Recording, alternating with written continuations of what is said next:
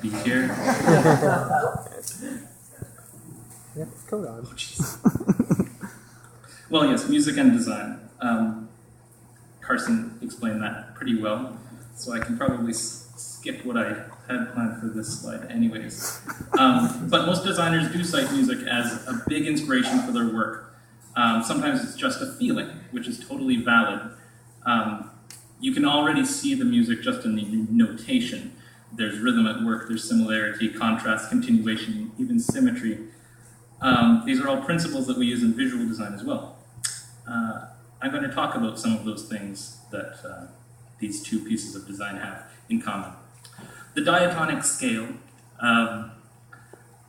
is the do-re-mi that we all know. Diatonikos just means progressing through tones, and it's a pretty old concept. Ancient Greece used a diatonic scale.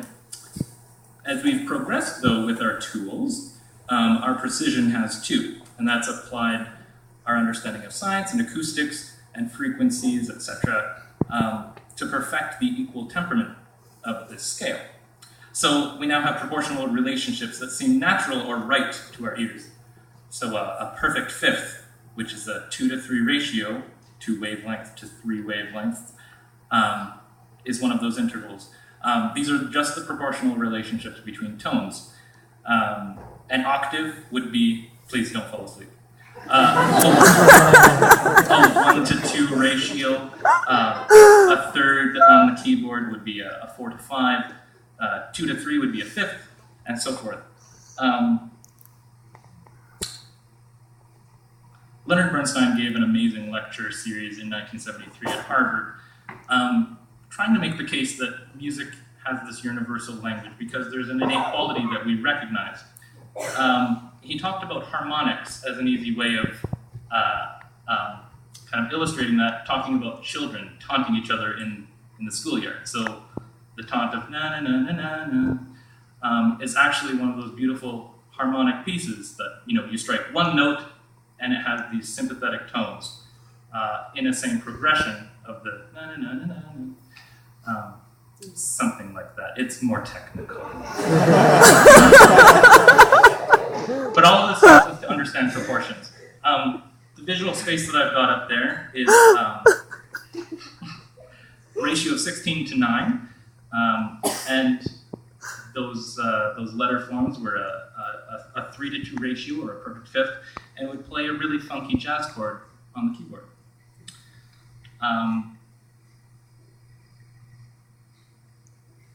I've pulled a bit of a ruse on you. There's a lot to say about this, but I'm here to talk about having a surprise wedding.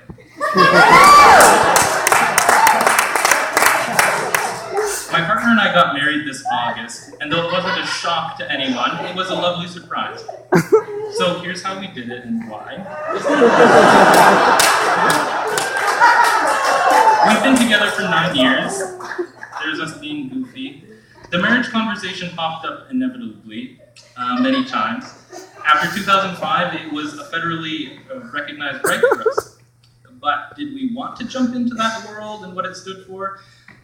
As common law partners, we didn't see a huge need for it.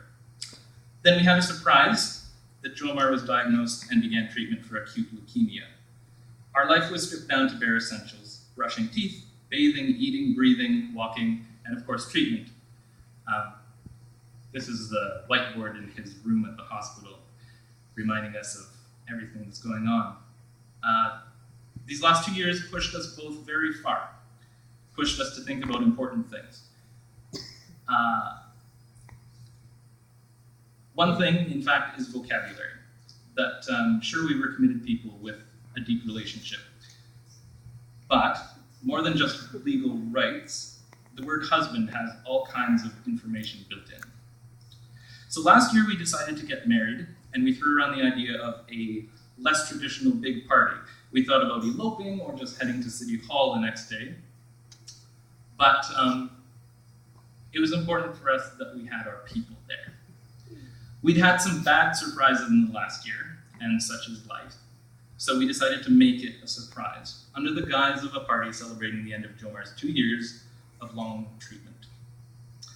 Making it a party of those people who were with us through the last 2 years ensured it was the people we loved most and who really wanted to celebrate with us. Sorry, third cousins once removed. We also wanted a cool party in a place that was meaningful to us. We went to La Maison des Artistes, a beautiful gallery in St. Boniface filled with art, music, and booze. Everything. We chose a Wednesday evening, 7 p.m. after dinner, and the call was to come celebrate kicking cancer's ass and the end of treatment. All our best people RSVP'd, and we were happy that our plan was coming together.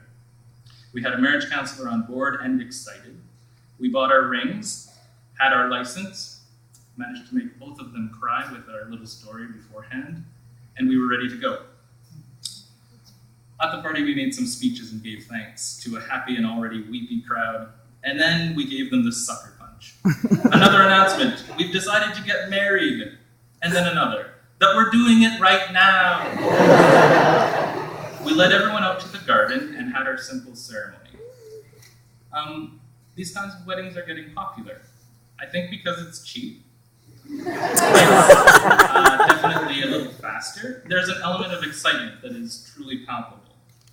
Not only do the guests share the joy, they share the moment as a whole group, as really special people who get to be part of it, not as an obligation or as a tradition, because it's a celebration of the good surprises in life. Thanks.